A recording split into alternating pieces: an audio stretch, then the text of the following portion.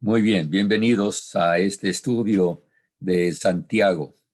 Eh, Nuestros pasos en el estudio inductivo. Vamos a seguir nuestro método inductivo en este estudio y los pasos incluyen observar, aplicar, interpretar y aplicar.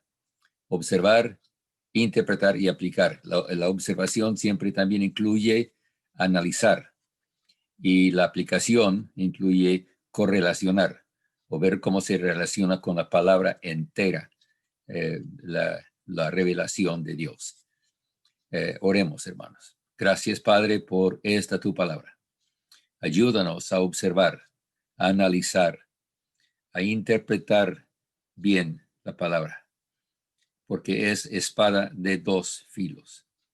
Y pedimos, Señor, que mientras penetre en nuestra vida, que podamos ver el resultado en nuestras vidas, en la vida de los que nos rodean, en nuestra comunidad entera.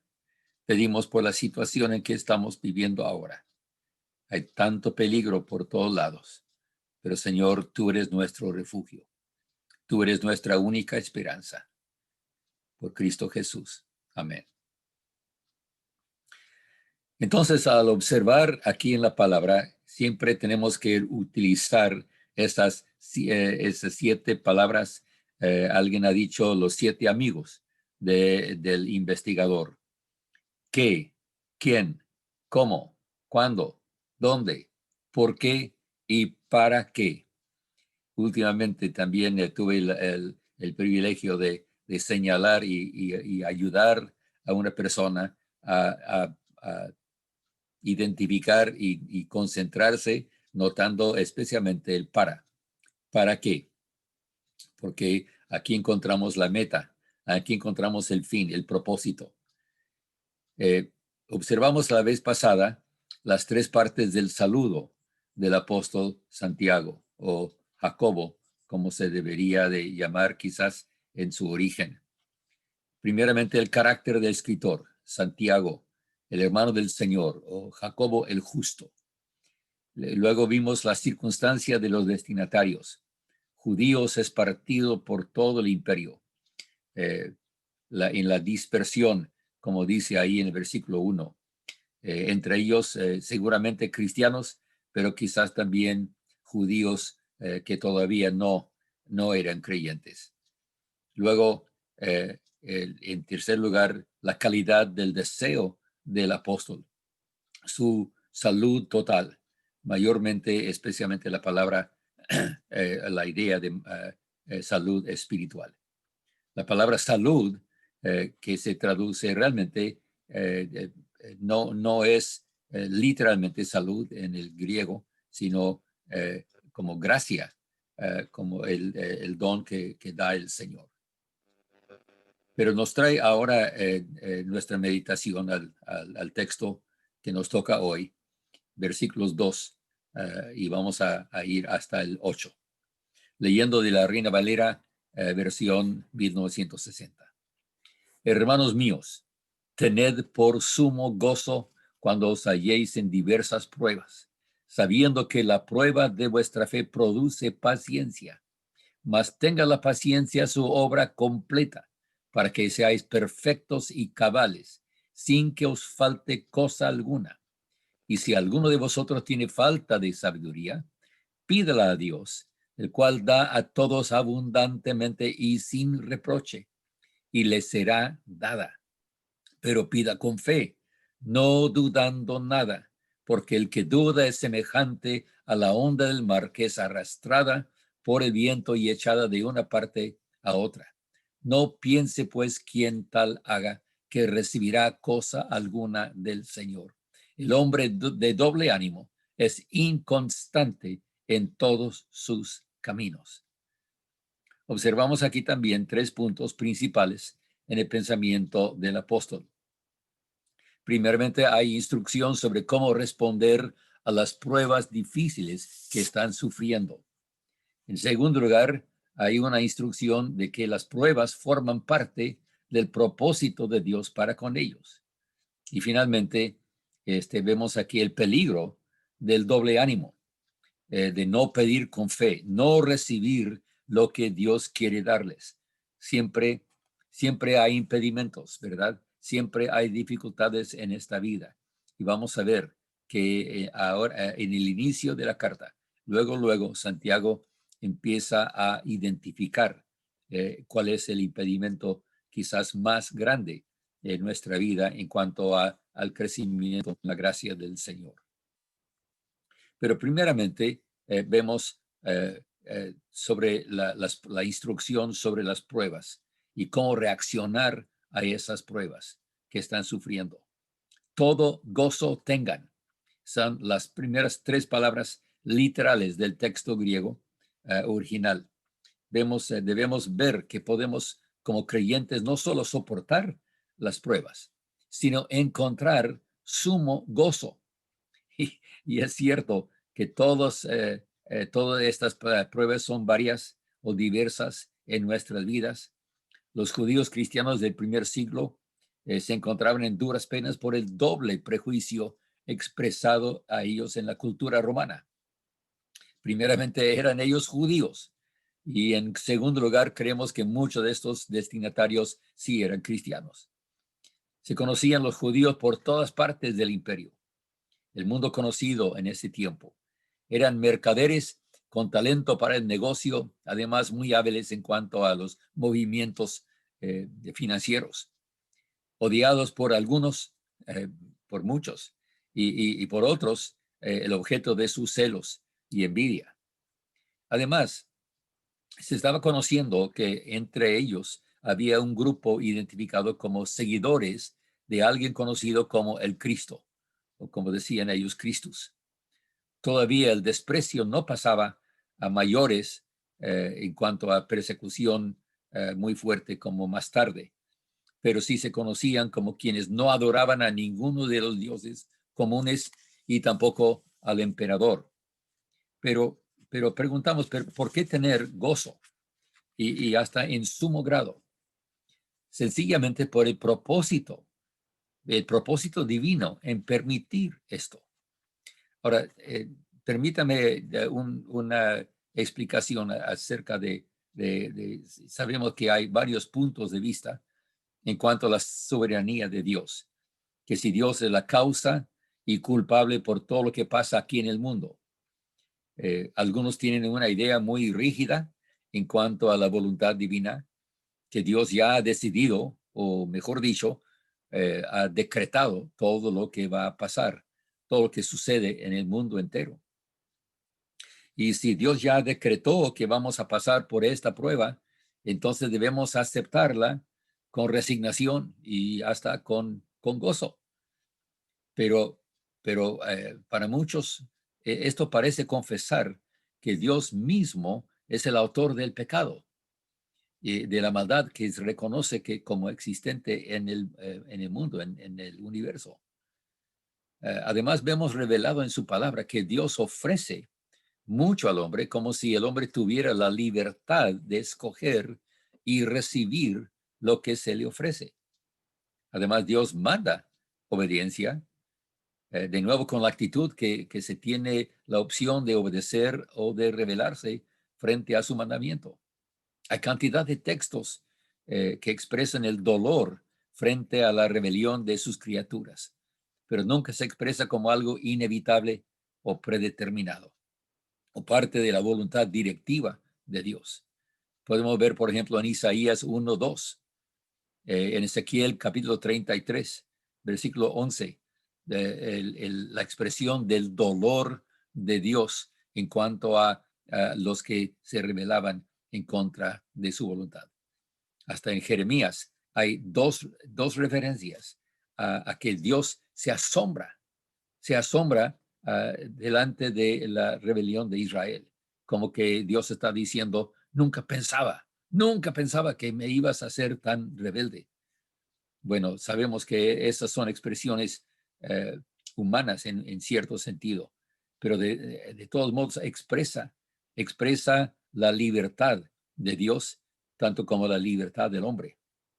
El gozo nuestro entonces se basa en la verdad que Dios, que permite que estemos en la prueba, ha prometido estar con nosotros y además tiene un plan en permitir esto. Pero antes de examinar ese propósito más a fondo, regresemos a las primeras palabras en nuestro texto en castellano. Hermanos míos. Santiago llama a sus lectores hermanos suyos con el adjetivo posesivo enfático. No se debe leer simplemente como mis hermanos, sino hermanos míos, con esa énfasis. No solo los reconoce como hermanos, sino que los abraza con una confianza enfática como quien expresa el amor fraternal y se identifica totalmente con ellos. La posición y el énfasis de la palabra mío en el castellano realmente refleja el significado exacto en el lenguaje original. ¿Somos nosotros hermanos suyos? Entonces recibamos su instrucción con el amor genuino con el cual nos la da. Las pruebas en las cuales nos hallamos igualmente son varias, diversas, y podemos encontrar no solo alivio, sino el propósito de Dios al permitir que estemos ahora en estos problemas que enfrentamos.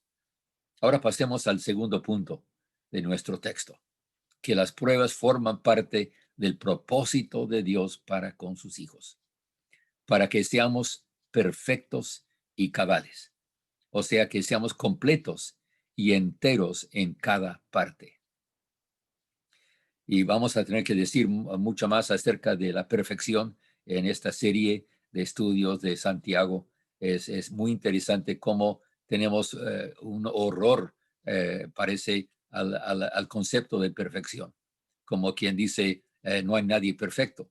Pero vamos a tener que investigar un poco más en cuanto a esto, porque aquí claramente dice, para que seamos, este es el propósito de Dios, que seamos completos y enteros en cada parte. Pero preguntamos cómo. Es que para llegar a ese fin hay que ver el proceso. Y si hay un proceso aquí, una secuencia, sabiendo que la prueba de vuestra fe produce paciencia.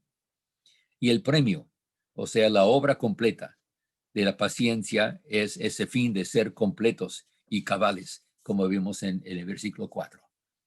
Entonces vemos que la prueba tiene que ver con la fe.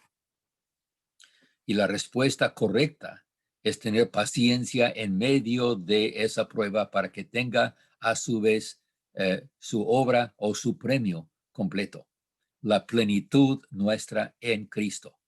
Ser perfecto y cabal es la meta. Pero otra vez preguntamos cómo. Entonces esto va a llegarnos, nos llegamos al tercer punto en la enseñanza. El peligro de no alcanzar, de no recibir este fin en nuestra vida. Entonces, este es el tercer punto, el peligro del doble ánimo. No pedir con fe. Esta es la clave. Decir, por la duda y su expresión más clara, ser persona de doble ánimo. Literalmente, dos almas. Esto es el peligro de no recibir esta bendición cabal. Versículo 5 dice, y si alguno de vosotros tiene falta de sabiduría, pídala a Dios. Esta sabiduría es el conocimiento de la vida de Dios mismo en uno. La meta de todo este pasaje, sinónimo con la religión verdadera, el perdón de los pecados y la limpieza de toda maldad, como hemos visto en 1 de Juan 1:9. La correcta relación con el Salvador y nuestra relación con Él. Leamos el resto del pasaje otra vez para ver su argumento y lo que estorbaría llegar a esa meta deseada. Comenzando desde el versículo 5. Y si alguno de vosotros tiene falta de sabiduría, pídala a Dios, el cual da a todos abundantemente y sin reproche, y le será dada. Pero pida con fe, no dudando nada, porque el que duda es semejante a la onda del mar que es arrastrada por el viento y echada de una parte a otra. No piense, pues, quien tal haga, que recibirá cosa alguna del Señor. El hombre de doble ánimo es inconstante en todos sus caminos. Dudar y no pedir con fe es, en este contexto, ser inconstante como una ola del mar. Notamos que al final del versículo 7, en el texto griego, no hay un punto, sino una coma. Y por eso creo que en la revisión 95 de la Reina Valera, inserta ya que como la liga entre las dos frases. No piense pues quien tal haga que recibirá cosa alguna del Señor, ya que es persona de doble ánimo e inconstante en todos sus caminos. Literalmente, una persona o un hombre de doble alma, inconstante en todos sus caminos, esto es el impedimento. Mis hermanos y amigos, este es el impedimento que ahora mismo tenemos que confrontar. Santiago tendrá que confrontar esto en toda su carta, vez tras vez. Más allá de la culpa por los muchos pecados que hemos cometido, todos nosotros, como seres humanos, somos infectados de una naturaleza que solo se puede describir como el tener dos almas. El creyente, el que todavía no recibe o no ha sido santificado por completo. Quizás estemos en el proceso y esto tenemos que experimentar y tenemos que investigar un poco más. Pero mientras haya todavía una guerra en el interior con un enemigo consagrado a nuestra destrucción, un traicionero adentro de la ciudadela, no habrá paz, no habrá ni victoria y no vamos a poder experimentar todo el premio que Dios quiere darnos. No solo esperamos descubrir lo que Santiago llama la verdadera religión pura y sin mácula delante de Dios, sino realmente poseer esta sabiduría y la calidad de la vida de Dios mismo en nuestra alma. La aplicación a nuestras vidas hoy. ¿Cuál soy yo? ¿Cuál soy yo? ¿Cuál es usted?